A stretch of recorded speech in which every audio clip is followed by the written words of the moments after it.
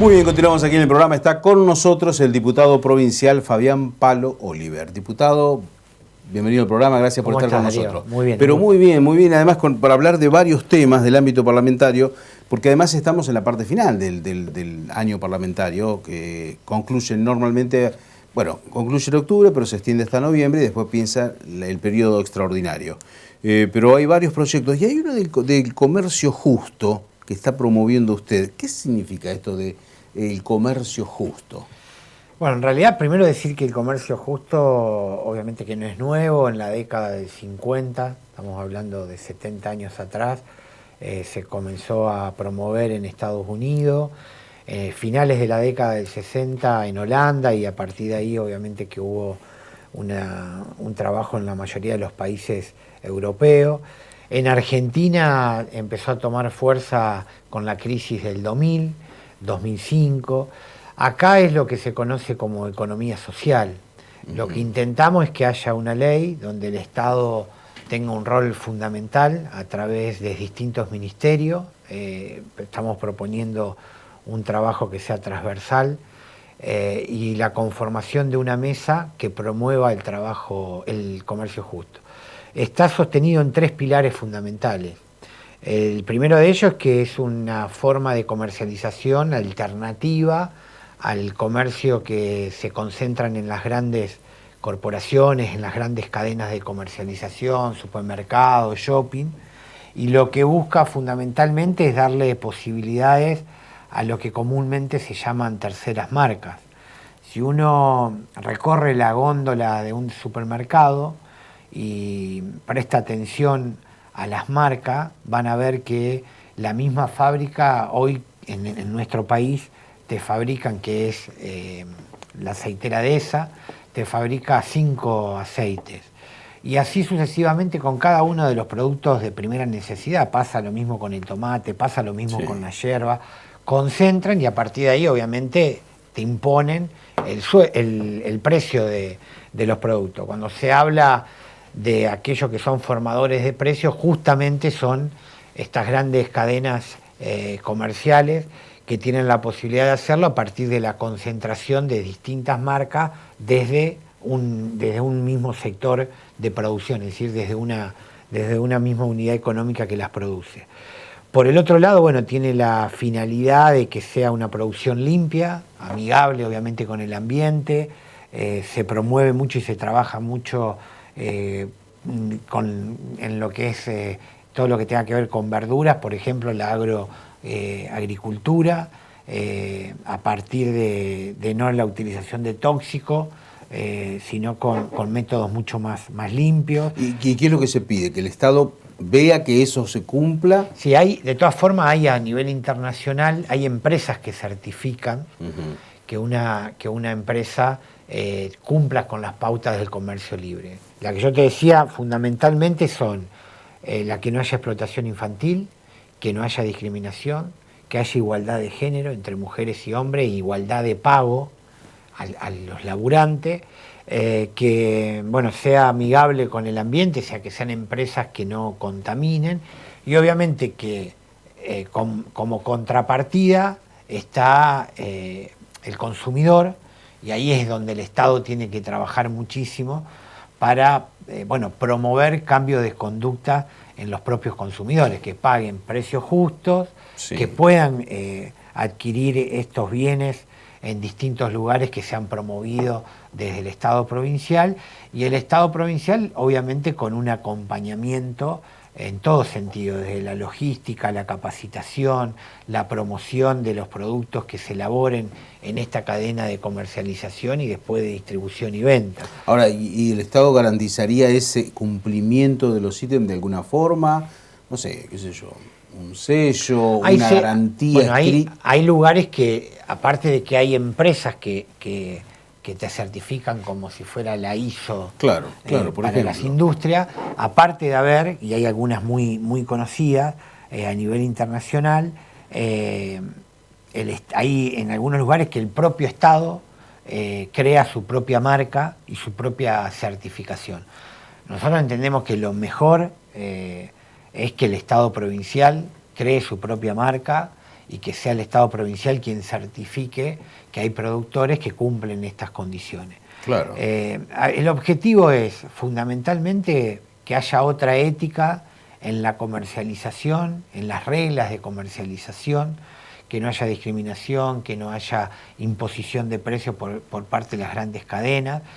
Y si bien estas alternativas aparecen en la discusión cuando hay momentos de crisis económica, bueno, hay muchos países en el mundo que más allá de los vaivenes de la economía interna, lo siguen promoviendo, porque también tiene que ver con las economías populares, como se conoce habitualmente, también tiene que ver con la posibilidad de incluir en mejores condiciones laborales a sectores que muchas veces están precarizados, a sectores Claro. que muchas veces están fuera de lo que es la garantía de tener un salario digno y condiciones de trabajo digno. Convengamos que también esto puede incentivar también el compre local. Sí, Cuando obvio. uno sabe, che, mirá, esto se produce acá, hay una garantía de un trabajo serio detrás de esto, como el compre justo, al mismo comprador en un supermercado, ahí viene el tema de la pelea por la góndola, que lamentablemente los grandes supermercados tienen una política donde los productos regionales siempre quedan de lado, ¿no? Que Por ese eso es un tema. importante la ley de góndola y la exigencia que las grandes cadenas de supermercados tengan espacio justamente para los que se llaman terceras marcas o marcas alternativas. Bueno, y ahí viene el otro tema. Que son justamente los que no monopolizan la comercialización que sí hacen estas grandes empresas, que van manejando los precios de acuerdo hasta los stops que tienen de producción. Sí, y ahí viene justamente un tema muy delicado, que es el tema cuando empiezan a tocarse intereses económicos. Yo, para refrescar la memoria, el tema del descanso dominical, la presión de las grandes cadenas de supermercados para que eso no se apruebe en Santa Fe en su momento, y mucho más cuando se habla de destinarle un lugar sea al comercio justo o el compre local o regional, y hasta dónde eso alcanza consenso político para que salga un proyecto de esta naturaleza. Mira, lobby y capacidad de lobby en los sectores concentrados de la economía existió y va a seguir existiendo siempre. Lo que tiene que haber es voluntad y decisión política de aquellos que tenemos responsabilidades en el Estado para justamente entender que los dos sistemas de comercialización pueden convivir, pero que el Estado siempre tiene que estar dando un soporte a los más débiles, claro, ya sea en la cadena de consumo, por eso también esto se tiene que trabajar en forma conjunta con la ley de defensa del consumidor. Sí, tiene que haber distintas pero el Estado es gran comprador, sobre todo comedores y tantos dentro el Estado permanentemente compra. Sí, hay una ley. Bueno, hoy despachamos justamente desde la Comisión de Presupuesto un proyecto de la diputada Clara García donde modificamos la ley de compra local y elevamos las posibilidades que tienen justamente los prestadores de servicios y vendedores que sean de la provincia de Santa Fe. Diputado, lo cambio de tema porque sé que hay otros temas en carpeta. De hecho, como estamos en las últimas sesiones del año, naturalmente que hay una necesidad, por un lado del Ejecutivo, que pide siempre habitualmente el tratamiento de algunos temas, pero también las necesidades individuales o colectivas a partir de la iniciativa de los propios legisladores. ¿Cómo está ese tema en la discusión de acá, lo que resta del año parlamentario? Bueno, primero decir que obviamente que la pandemia atravesó todos los niveles del Estado, eso está claro, y en los cuerpos legislativos también. Nosotros hicimos justamente la semana pasada una publicación como bloque, donde presentamos 650 iniciativas, que la verdad que es un número pero muy importante para nuestro bloque de diputados, de 11 diputados del radicalismo que formamos parte del Frente Progresista. Hubo una gran cantidad de proyectos presentados y tratados de todos los bloques, pero con mucha atención. Esas iniciativas estaban relacionadas con el COVID, los sectores que había y hay que asistir, algunas medidas sanitarias, y sí se puso mucho hincapié, porque bueno, así también lo ameritaba el momento que se está viviendo, pero nosotros debemos haber sido uno de los bloques que menos proyectos presentó de COVID, no de bloque, como legislador digo, Y tratamos también de presentar otras iniciativas que tengan que ver con otras temáticas, porque entendemos que, bueno, que el mundo sigue girando y que hay que seguir funcionando, y si bien en las prioridades de las santafesinas y santafesinos está obviamente, entre otras cosas, los efectos negativos que provocó la pandemia, bueno, tratamos de tener iniciativas que sean mucho más amplias que el COVID. ¿Qué hay ahora por delante a nivel general? Sin ningún tipo de duda, el tratamiento del presupuesto anual, la tributaria. Hoy justamente en la comisión de presupuesto de la Cámara de Diputados, que funcionamos a las 10 de la mañana, preguntábamos a los diputados oficialistas si sabían, entendemos por lo que escuchamos que el presupuesto estaría ingresando por el Senado de la provincia. Y preguntamos si también venía la tributaria, no nos supieron contestar, así que estamos esperando, pero seguramente, por lo menos en la comisión de presupuesto y en la comisión de constitucionales, las últimas sesiones va a estar vamos a estar trabajando fuertemente para tratar el presupuesto. Pero después tener ley de seguridad que estamos esperando, hace meses que se están anunciando por parte del ministro. Creo que el ministro, si no me equivoco, hace entre 45 y 60 días que dijo que el gobernador lo tiene en su despacho, pero todavía no han ingresado ni al Senado ni a la Cámara de Diputados, pero seguramente va a ser uno de los temas. ¿Y el tema paridad? A tratar. ¿Paridad de género? Bueno, ahí estamos trabajando. Ayer hubo una reunión conjunta de la Comisión de Derechos y Garantía y Asuntos Constitucionales. Yo no participé porque estaba en la Comisión de Laborales, que ayer también tuvimos a la tarde comisión. Pero bueno, se está trabajando para tratar. Lo que está claro es que los sectores, los amplios sectores que trabajan la paridad, ya sean los distintos espacios que son muy transversales, de militantes, de compañeras militantes, no están conformes con la media sanción que salió del Senado. Yo en lo personal tampoco estoy conforme.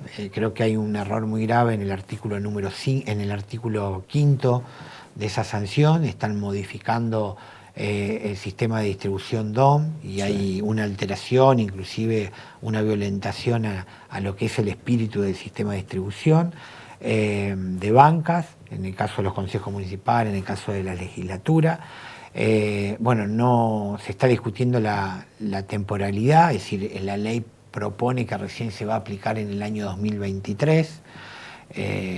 Y obviamente muchos entendemos que la fecha de aplicación tiene que ser el 2021, pero aparte se cometió un error de la técnica legislativa. Como se deroga la ley de cupo, la del 33%, en el 2021 no tendríamos ni siquiera ley de cupo, porque se deroga desde el mismo momento que se sanciona la ley, si le estaríamos dando sanción definitiva, y al aplicarse la ley de paridad recién en el 2023, en el 2021 queda un vacío y hasta se estarían perdiendo derechos ya conquistados hace mucho tiempo. Entonces es mucho lo que se está trabajando. Como siempre en estas cosas es difícil, digamos, de consensuar, pero bueno, el desafío es llegar antes de fin de año con una ley. ¿Cuál es la diferencia con otras oportunidades? Que hoy estamos hablando de una voluntad unánime del Senado de avanzar también con la ley de paridad, y esto es importante porque no pasó así en las oportunidades anteriores. Bueno, y hay un tema, porque ustedes presentaron 650 iniciativas en este año, más el resto de los bloques también, naturalmente. Muchas de ellas se aprobaron. Pero el Frente Progresista tiene mayoría en diputados, pero minoría en el Senado. El justicialismo tiene mayoría en el Senado y minoría en la Cámara de Diputados.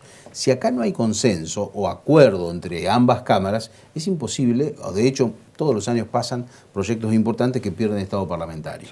Muy bien las conversaciones de acá a lo que resta del año para que esto no pase, o sobre todo para ponerse de acuerdo en las iniciativas que cada sector necesite o que promueva. Mira, Darío, nosotros la semana pasada aprobamos una media sanción del diputado, no sé si era de Pirola o Calvo, que plantea en realidad la emergencia en el transporte público de pasajeros. una media sanción del Senado y salió aprobado en diputados en forma muy rápida, creo que estuvo una semana el proyecto. Hay muchos proyectos que no merecen ni discutirlo porque hay un gran consenso que se da naturalmente.